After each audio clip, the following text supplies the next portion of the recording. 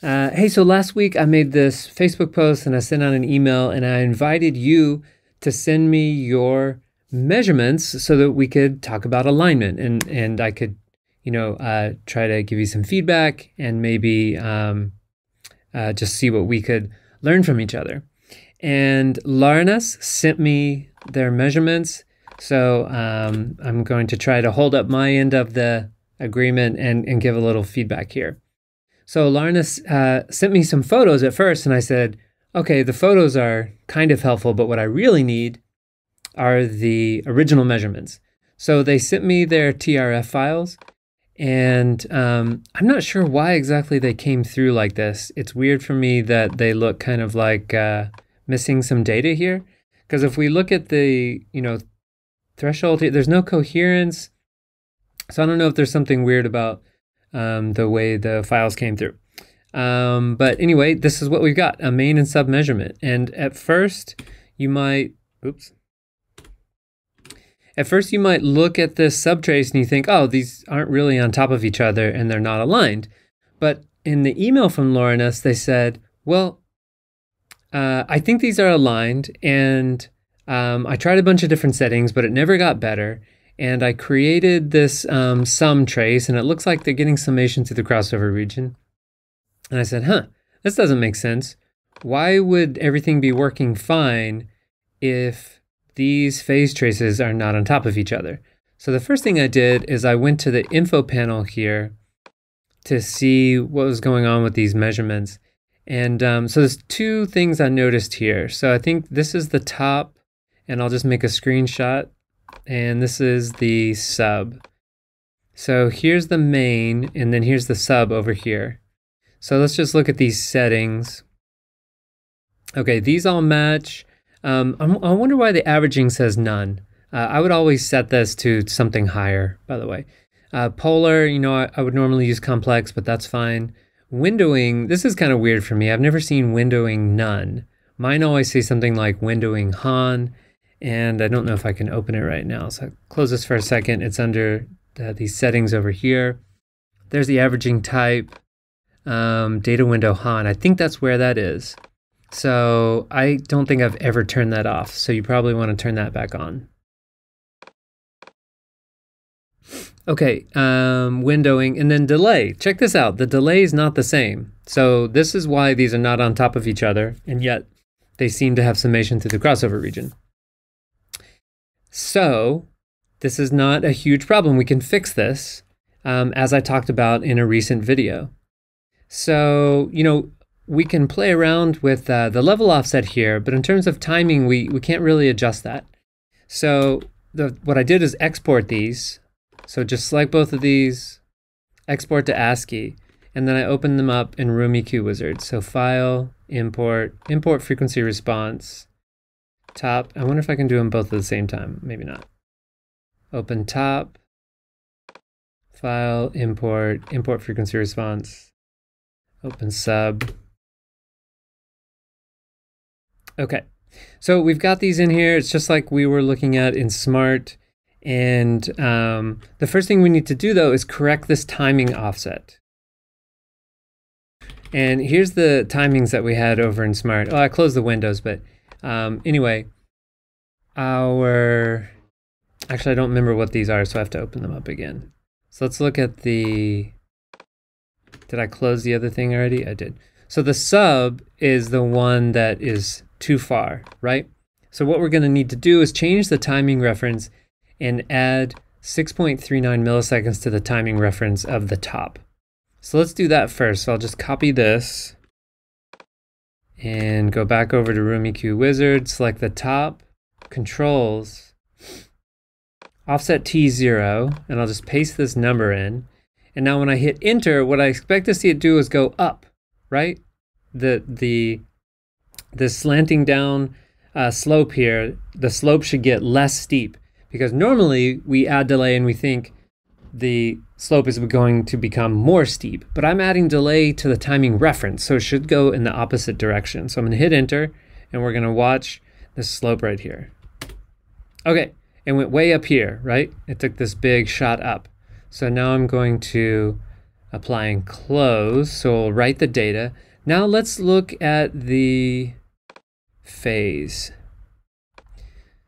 And it looks like I'm already quite zoomed in here. So I already did unwrap phase on this window. And so now I'm going to do fit to data. And I really only want to see down here in the low end. Oh no, I didn't do unwrap phase yet because I just re-imported these, right? Cool, so now I'm going to unwrap the phase because this is a little bit hard to look at, right? It's bouncing around, the data is noisy.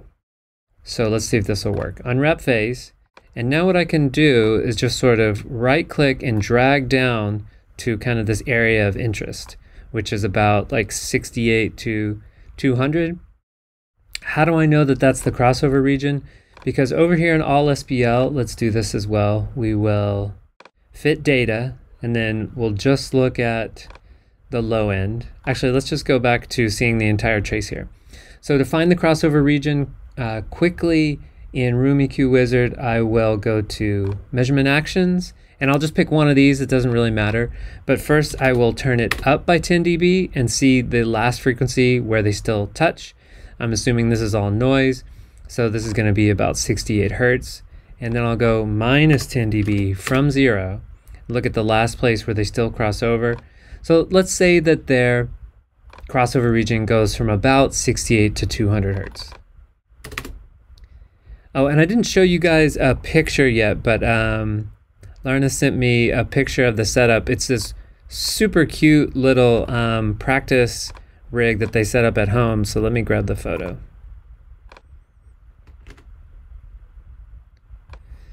Here's the photo. Look at how cool that looks. I love this little setup. Look at these tiny little speakers here. Okay. So that's how I knew that I wanted to look at 68 to 200. And okay, so looking at this, it looks like they're aligned already. Now that I have fixed that offset, remember, here's where we started. Over here in Smart, I was looking at these and I was like, hey, this isn't correct. But then I looked at the timing, the delay locator setting, and saw that they didn't match. And over here in RumiQ Wizard, I fixed it. So now the delay locators match. So now they're synchronized, at least the original measurements. And look, they're right on top of each other. So at this point, I think we can say, okay, he was right, they're aligned, so there's nothing else you need to do.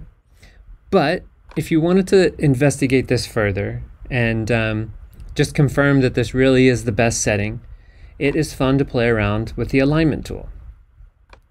So let's move this out of the way for a second. Let's set up our limits here. So we want to look at this, and that screwed everything up because it's way too high. So I think this should be like, what, 18 to minus 18? There we go.